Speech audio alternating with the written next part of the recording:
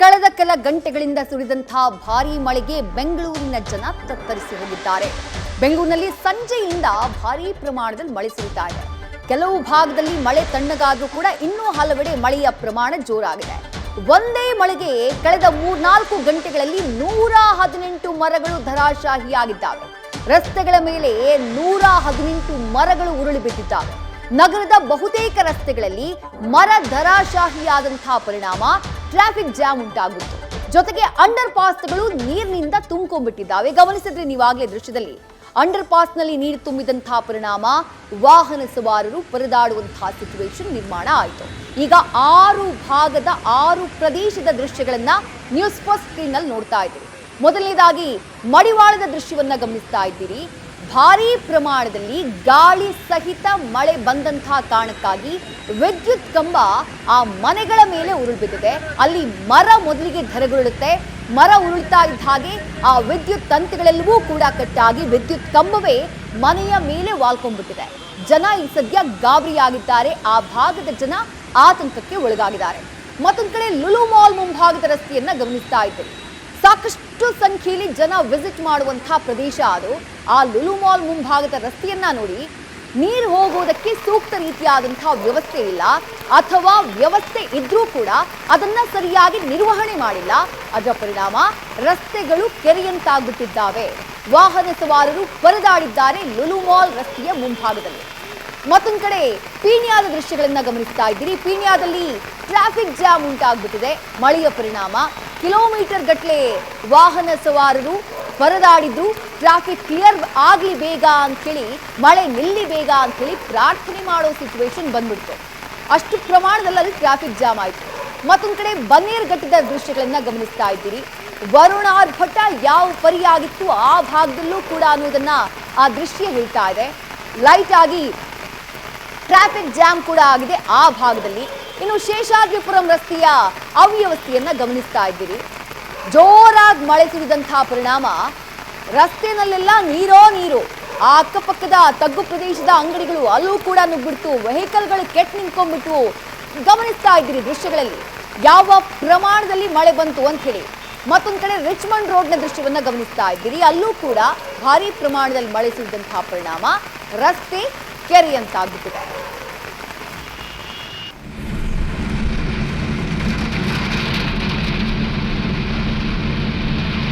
ಬಸವೇಶ್ವರ ನಗರದ ದೃಶ್ಯವನ್ನ ಗಮನಿಸ್ತಾ ಇದ್ದೀರಿ. ಅಲ್ಲೂ ಕೂಡ ಮಳೆಯಾಗಿದೆ, ಭಾರಿ ಪ್ರಮಾಣದಲ್ಲಿ ಮಳೆಯಾಗಿದೆ. ಈ ಭಾಗದಲ್ಲೂ ಕೂಡ ಜೋರಾಗಿ ಮಳೆ ಸುರಿದಂತಹ ಪರಿಣಾಮ ಜನ ಪರದಾಡುವಂತಹ ಸಿಚುವೇಶನ್ ನಿರ್ಮಾಣ ಆಯಿತು. ರೈಟ್, ಮತ್ತಷ್ಟು ಮಳೆಯ ಅವಾಂತರಗಳ ಬಗೆಗಿನ ಅಪ್ಡೇಟ್ಸ್ ನಮ್ಮ ಪ್ರತಿನಿಧಿ ಚಂದ್ರಶೇಖರ್ ನೀಡ್ತಾ ಹೋಗ್ತಾರೆ. ಚಂದ್ರಶೇಖರ್, ಸಂಜೆಯಿಂದ ಶುರುವಾದಂತಹ ಮಳೆ ಕೆಲವು ಭಾಗದಲ್ಲಿ ಕಡಿಮೆಯಾಗಿದೆ, ಇನ್ನೂ ಕೆಲವು ಭಾಗದಲ್ಲಿ ಸುರಿತಾ ಇದೆ. ಬಟ್ ಮಳೆಯಿಂದಾದಂತಹ ಅವಾಂತರಗಳು ಮಾತ್ರ ನೂರಾರು. ಸದ್ಯದ ಸಿಚುವೇಶನ್ ಏನು? ಬೆಂಗಳೂರಿನ ಯಾವ ಭಾಗದಲ್ಲಿ ಹೇಗಿದೆ ಪರಿಸ್ಥಿತಿ? ಖಂಡಿತವಾಗಿಯೂ ವಿದ್ಯಾ, ಈಗಾಗಲೇ ಸಾಕಷ್ಟು ಮಳೆಯಿಂದ ಟ್ರಾಫಿಕ್ ಜಾಮ್ ಹೆಚ್ಚಾಗಿ ಕಂಡು ಬರ್ತಾ ಇರುವಂತಹದ್ದು.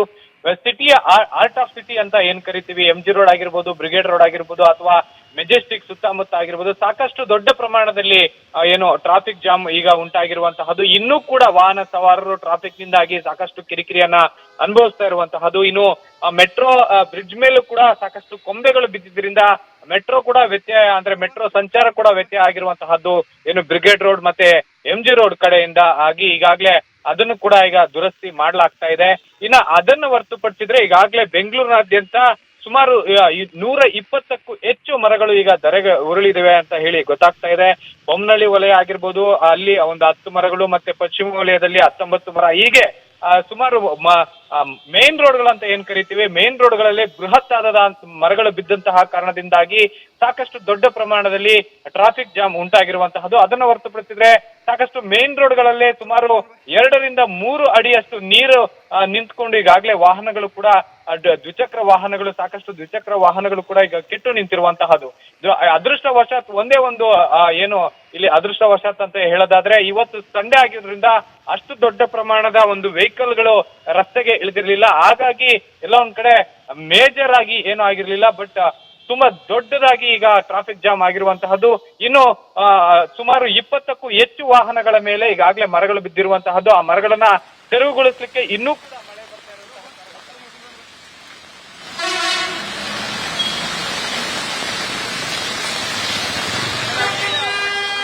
KR ನಗರ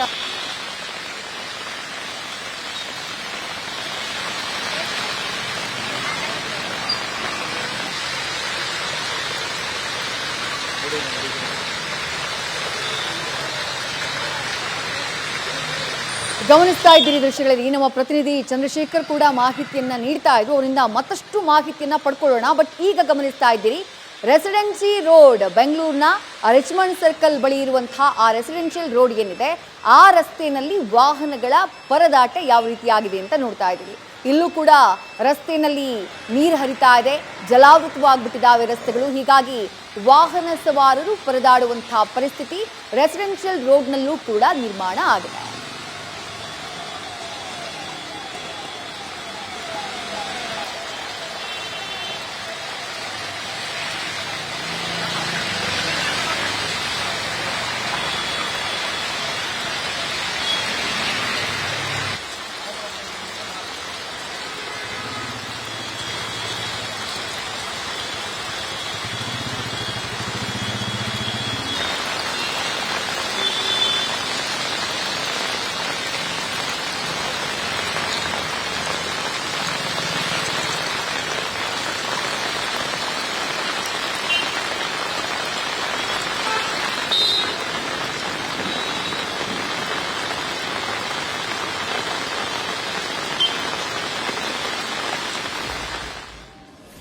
ಒಳ್ಳೆ ಮಳೆ ಆಗ್ತಾ ಇದೆ. ನಮ್ಮ ಅಧಿಕಾರಿಗಳೆಲ್ಲ ಬಹಳ ಅಲರ್ಟ್ ಆಗಿದ್ದಾರೆ. ಬಹಳ ಕಡೆ ಮಳೆಗಳು ಕೂಡ ನಿಂತಿದೆ. ಎಲ್ಲ ಜಾಗೃತಿಯಾಗಿ ಎಲ್ಲೆಲ್ಲಿ ಡ್ಯಾಮೇಜ್ ಕಂಟ್ರೋಲ್ ಮಾಡಬೇಕು ಅದನ್ನೆಲ್ಲ ಶಾಲೆ ವ್ಯವಸ್ಥೆನ ನಮ್ಮ ಅಧಿಕಾರಿಗಳು ಮಾಡ್ತಾ ಇದ್ದಾರೆ. ಕಂಟ್ರೋಲ್ ರೂಮಲ್ಲಿ ಕೂಡ ನಾನು ವಾಚ್ ಮಾಡಿದ್ದೀನಿ. ಕಂಟ್ರೋಲ್ ರೂಮಲ್ಲೂ ಆಕ್ಟಿವ್ ಆಗಿ ಎಲ್ಲ ಇನ್ಫಾರ್ಮೇಷನ್ ತಗೊಳ್ತಾ ಇದ್ದಾರೆ. ಎಲ್ಲೆಲ್ಲಿ ಟ್ರಾಫಿಕ್ಗೆ ಎಲ್ಲೆಲ್ಲಿ ನೀರು ಮುಚ್ಚುವಂಥ ಸಂದರ್ಭ ಇದೆ ಅದನ್ನೆಲ್ಲ ಅಟೆಂಡ್ ಮಾಡ್ತಾ ಇದ್ದಾರೆ. ಸರ್ ವಾಟರ್ ಲ್ಯಾಕಿಂಗ್ ಜಾಸ್ತಿ ಆಗಿದೆ, ಆಗ್ತಾ ಇದೆ. ಜಾಸ್ತಿ ಮಳೆ ಬರ್ತಾ ಇದೆ. ಇಲ್ಲೇ ನಾನು ಇಲ್ಲಿ ಬರ್ಬೇಕಾದ್ರೆ ಈ ಮೀಟಿಂಗ್ ಬರ್ಬೇಕಾದ್ರೆ ನನಗೆ ನನ್ನ ವೆಹಿಕಲ್ಲೇ ಬರೋಕ್ಕಾಗ್ತಿಲ್ಲ. ಈ ರೋಡಲ್ಲೇ 2.5 ಅಡಿ 3 ಅಡಿ ನೀರಿತ್ತು. ವಿಧಾನಸೌಧ ಎಂಟ್ರೆನ್ಸಲ್ಲೇ ಈ ಬಸವೇಶ್ವರ ಸರ್ಕಲಲ್ಲೇ ಮರ ಬಿದ್ದೋಗಿತ್ತು. ನನಗೆ ತೊಂದರೆ ಆಯಿತು. ಆದರೆ ನಮ್ಮ ಅಧಿಕಾರಿಗಳೆಲ್ಲ ನಾವು ಮಾಡ್ತಾ ಇದ್ದೀವಿ. ನಾನು ಈಗ ರಾತ್ರಿಯೆಲ್ಲ ವಾಚ್ ಮಾಡ್ತೀನಿ. ಸರ್ ಸಭೆ ಮಾಡಿದ್ರಿ? ಸಭೆ ಏನಿಲ್ಲ, ನಾಳೆ ನಾಮಿನೇಷನ್ ಬೆಳಗ್ಗೆ 10 ಗಂಟೆಗೆ ಎಲ್ಲರಿಗೂ ಬರೋಕ್ಕೆ DCM DK ಶಿವಕುಮಾರ್ ಅವರು ಹೇಳಿದ್ದನ್ನ ಗಮನಿಸಿದ್ರಿ. ಬಹಳ ವಿಪರ್ಯಾಸ ಅಂತ ಅನ್ಸುತ್ತೆ. DCM DK ಶಿವಕುಮಾರ್ ಹೇಳಿದಂತಹ ಮಾತುಗಳು. ಬೆಂಗಳೂರನ್ನ ಬ್ರ್ಯಾಂಡ್ ಬೆಂಗಳೂರು ಮಾಡ್ತೀವಿ ಅಂತ ಹೇಳ್ತಾ ಪ್ರತಿ ಬಾರಿ ಹೇಳುವಂಥವರು DCM DK ಶಿವಕುಮಾರ್. ಬೆಂಗಳೂರು ನಗರ ಅಭಿವೃದ್ಧಿ ಸಚಿವರೂ ಕೂಡ ಆಗಿದ್ದಾರೆ. ಅವರೇ ಹೇಳ್ತಾರೆ, ನನಗೇ ಸಮಸ್ಯೆ ಆಯಿತು, ನಾನೇ ಸಿಕ್ಕಾಕೊಂಡ್ಬಿಟ್ಟೆ, ಇಲ್ಲೇ ವಿಧಾನಸೌಧದ ಮುಂಭಾಗನೇ ಮರ ಬಿದ್ದಿತ್ತು ಅಂತ ಹೇಳಿ. ಹಾಗಾದ್ರೆ ಜನ ಯಾರನ್ನು ಪ್ರಶ್ನೆ ಕೇಳಬೇಕು? ರಾಜ್ಯದ ಉಪಮುಖ್ಯಮಂತ್ರಿಗಳು, ಬೆಂಗಳೂರು ನಗರ ಅಭಿವೃದ್ಧಿ ಸಚಿವರು ಅವರೇ ಇಂಥ ಸ್ಟೇಟ್ಮೆಂಟ್ ಕೊಡ್ತಾರೆ, ಅವರೇ ಇಂಥ ಹೇಳಿಕೆಯನ್ನ ಕೊಡ್ತಾರೆ ಅಂದ್ರೆ ಜನ ಯಾರನ್ನ ಪ್ರಶ್ನೆ ಮಾಡಬೇಕು ಅಂತ ಹೇಳಿ. ಪ್ರತಿ ಬಾರಿ ಮಳೆಗಾಲ ಬಂದಂತಹ ಸಂದರ್ಭದಲ್ಲೂ ನಗರದಲ್ಲಿರುವಂತಹ ಹಳೆ ಮರಗಳ ಬಗ್ಗೆ ಸರ್ವೆ ಮಾಡುವಂತಹ ಕೆಲಸವನ್ನ ಪಾಲಿಕೆ ಮಾಡಬೇಕು. ಮೊನ್ನೆ ಸಿಟಿ ರೌಂಡ್ಸ್ ಹೋದ್ರಲ್ಲ ಮುಖ್ಯಮಂತ್ರಿಗಳು, ಆ ಸಂದರ್ಭದಲ್ಲೂ ಒಂದು ಹಳೆ ಮರ ಕಣ್ಣಿಗೆ ಬಿದ್ದಂತಹ ತಕ್ಷಣ ಈ ಬಗ್ಗೆ ಪಾಲಿಕೆ ಅಧಿಕಾರಿಗಳಿಗೆ ಸೂಚನೆ ಕೊಟ್ಟರು. ಯಾಕೆ ಹಳೆ ಮರಗಳ ಸರ್ವೆ ಮಾಡಿಲ್ವಾ, ನೀವು ಮರಗಳ ತೆರವು ಮಾಡಿಲ್ವಾ ಅಂತ ಪ್ರಶ್ನೆ ಮಾಡಿದ್ರು. ಅಷ್ಟಾದ್ರೂ ಕೂಡ ಪಾಲಿಕೆ ಎಚ್ಚೆತ್ತುಕೊಂಡಿಲ್ಲ ಅನ್ನೋದಕ್ಕೆ ಇವತ್ತಾಗಿರುವಂತಹ ಘಟನೆ ಸಾಕ್ಷಿ. ಒಂದಲ್ಲ ಎರಡಲ್ಲ 118 ಮರಗಳು ಧರಾಶಾಹಿಯಾಗಿದ್ದಾವೆ. ಕಾರ್ಗಳ ಮೇಲೆ ಮರ ಬಿದ್ದಿದೆ. ಹಲವು ಕಡೆ ವಿದ್ಯುತ್ ಕಂಬಗಳು ತುಂಡಾಗಿ ಬಿದ್ದಿದ್ದಾವೆ. ಮರ ಬಿದ್ದಂತಹ ಪರಿಣಾಮ ವಾಹನ ಸವಾರರು ಪರದಾಡಿದ್ರು, ಟ್ರಾಫಿಕ್ ಜಾಮ್ ಆಯಿತು. ಆದ್ರೆ DCM DK ಶಿವಕುಮಾರ್ ಹೇಳ್ತಾರೆ, ನನಗೂ ಕೂಡ ಸಮಸ್ಯೆ ಆಯಿತು, ನಾನು ಕೂಡ ಮಳೆನಲ್ಲಿ ಸಿಕ್ಕಾಕೊಂಡ್ಬಿಟ್ಟೆ, ಅಲ್ಲಿಂದ ಇಲ್ಲಿಗೆ ಬರೋಕೆ ಇಷ್ಟು ಗಂಟೆ ಬೇಕಾಯಿತು. ಬ್ರ್ಯಾಂಡ್ ಬೆಂಗಳೂರು ಮಾಡೋಕ್ ಹೊರಟವರು ಸ್ವಾಮಿ DCM DK ಶಿವಕುಮಾರ್. ಅವರಿಂದ ಇಂಥ ಉತ್ತರವನ್ನ ರಾಜ್ಯದ ಜನ, ಬೆಂಗಳೂರಿನ ಜನ ನಿರೀಕ್ಷೆ ಮಾಡಬಹುದಾ ಅನ್ನುವಂಥದ್ದೇ ಸದ್ಯಕ್ಕಿರುವಂತಹ ಪ್ರಶ್ನೆ. ಬೆಂಗಳೂರಿನ ವಿವಿಧ ಭಾಗದಲ್ಲಾಗಿರುವಂತಹ ಅವಾಂತರದ ದೃಶ್ಯಗಳನ್ನ ನೀವು ಗಮನಿಸ್ತಾ ಇದ್ದೀರಿ. ಟ್ರಾಫಿಕ್ ಜಾಮ್ ದೊಡ್ಡ ಪ್ರಮಾಣದಲ್ಲಾಗಿದೆ.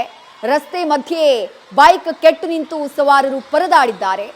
ಮನೆಗಳ ಒಳಗೆ, ಅಂಗಡಿಗಳ ಒಳಗೆ ನೀರು ನುಗ್ಗಿದೆ. 3 ದೃಶ್ಯಗಳನ್ನ ನೋಡ್ತಾ ಇದ್ದೀರಿ. ಒಂದ್ ಕಡೆ ರೆಸಿಡೆನ್ಷಿಯಲ್ ರೋಡ್ನಲ್ಲಿ ಯಾವ ರೀತಿಯಾದಂತಹ ಸಿಚುವೇಶನ್ ಇದೆ ಅನ್ನುವಂಥದ್ದನ್ನ ಗಮನಿಸ್ತಾ ಇದ್ದೀರಿ. ರಸ್ತೆ ಜಲಾವೃತ ಆಗಿದೆ.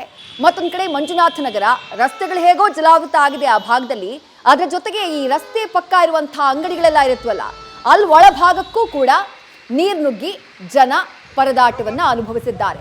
ಇದು ಶೇಷಾದ್ರಿಪುರಂನ ದೃಶ್ಯ. ಆಗ್ಲೇ ನಾವು ಒಂದು ದೃಶ್ಯವನ್ನ ತೋರಿಸಿದ್ವಲ್ಲ, ಅಂಡರ್ ಪಾಸ್ ಒಂದರಲ್ಲಿ ಬಸ್ ಒಂದು ಕೆಟ್ಟು ನಿಂತಿತ್ತು. ಅದೇ ಬಸ್ನ ಅಲ್ಲಿಂದ ತೆರವು ಮಾಡೋದಕ್ಕೆ ಆಗಿರುವಂಥ ಪ್ರಯತ್ನ ಇದು. ಅಲ್ಲಿ ಸಿಬ್ಬಂದಿ ಎಲ್ಲ ಬಂದು ಕೆಟ್ಟು ನಿಂತಹ ಬಸ್ನ, ಅಂಡರ್ ಪಾಸ್ನಲ್ಲಿ ನೀರು ಜಾಸ್ತಿ ಇದ್ದಂತಹ ಕಾರಣಕ್ಕಾಗಿ ಬಸ್ ಕೆಟ್ಟು ನಿಂತ್ಕೊಂಡ್ಬಿಡ್ತು. ಈ ಆನಂದರಾವ್ ಸರ್ಕಲ್ ಕಡೆಯಿಂದ ಹೋಗುವಂತಹ ಸಂದರ್ಭದಲ್ಲಿ ಸಿಗುವಂತಹ ಅಂಡರ್ ಪಾಸ್ ಇದು, ಸುಬೇದಾರ್ ಛತ್ರ ಅಂಡರ್ ಪಾಸ್. ಈ ಅಂಡರ್ ಪಾಸ್ನಲ್ಲೇ 2015ರಲ್ಲಿ 3-4 ಬಸ್ಗಳು ಸಿಕ್ಕಾಕೊಂಡು ಭಾಗಶಃ ಮುಳುಗಿ ಹೋಗುವಂತಹ ಸಿಚುವೇಶನ್ ನಿರ್ಮಾಣ ಆಗಿತ್ತು. ಅದೇ ಅಂಡರ್ ಪಾಸ್ನಲ್ಲಿ ಮತ್ತೆ ಬಸ್ ಕೆಟ್ಟು ನಿಂತಿದೆ. ಆ ಬಸ್ಸನ್ನು ಅಲ್ಲಿಂದ ತೆರವು ಮಾಡುವಂತಹ ಕೆಲಸಕ್ಕೆ BMTCಯ ಸಿಬ್ಬಂದಿ ನಿರತರಾದಂತಹ ದೃಶ್ಯಗಳನ್ನು ಕ್ರೇನ್ ತರಿಸಿ ಆ ಮೂಲಕ ಬಸ್ನ ತೆರವು ಮಾಡುವಂತಹ ಪ್ರಯತ್ನವನ್ನು ಅವ್ರು ಮಾಡಿದ್ದನ್ನು ಗಮನಿಸ್ತಾ ಇದ್ದೀರಿ. ಮತ್ತೊಂದು ಕಡೆ ರೆಸಿಡೆನ್ಷಿಯಲ್ ರೋಡ್ನ ಲೈವ್ ದೃಶ್ಯಗಳನ್ನು ಗಮನಿಸ್ತಾ ಇದ್ದೀರಿ. ಈಗಲೂ ಕೂಡ ಈ ಭಾಗದಲ್ಲಿ ಮಳೆಯಾಗ್ತಾ ಇದೆ, ರಸ್ತೆಗಳಲ್ಲಿ ನೀರು ಹರಿತಾ ಇದೆ, ಟ್ರಾಫಿಕ್ ಜಾಮ್ ಉಂಟಾಗಿದೆ. ಸಂಡೇ ಜನ ಮಳೆ ಇದ್ದಂತಹ ಕಾರಣಕ್ಕಾಗಿ ಕೆಲವರು ಹೊರಗಡೆ ಬಂದಿಲ್ಲ, ಸಂಜೆ 7 ಗಂಟೆಯಿಂದಾನೇ ಮಳೆ ಶುರುವಾದಂತಹ ಕಾರಣಕ್ಕಾಗಿ. ಬಟ್ ಅದಕ್ಕೂ ಮೊದಲು ವೀಕೆಂಡ್ ಅಂತ ಹೇಳಿ ಮನೆಯಿಂದ ಆಚೆ ಹೋದವರು ಈಗ ಸಿಕ್ಕಾಕೊಂಡ್ಬಿಟ್ಟಿದ್ದಾರೆ ಮಳೆಯಲ್ಲಿ. ಗಂಟೆಗಟ್ಟಲೆ ಟ್ರಾಫಿಕ್ನಲ್ಲಿ ಪರದಾಡುವಂತಹ ಸಿಚುವೇಶನ್ ರೆಸಿಡೆನ್ಷಿಯಲ್ ರೋಡ್ನಲ್ಲಿ ನಿರ್ಮಾಣ ಆಗಿರೋದು ದೃಶ್ಯದಲ್ಲಿ ನೋಡ್ತಾ ಇದ್ದೀರಿ. ಮಳೆ ಈಗಲೂ ಕೂಡ ಯಾವ ರೀತಿ ಸುರಿತಾ ಇದೆ ಅಂತ ಹೇಳಿ.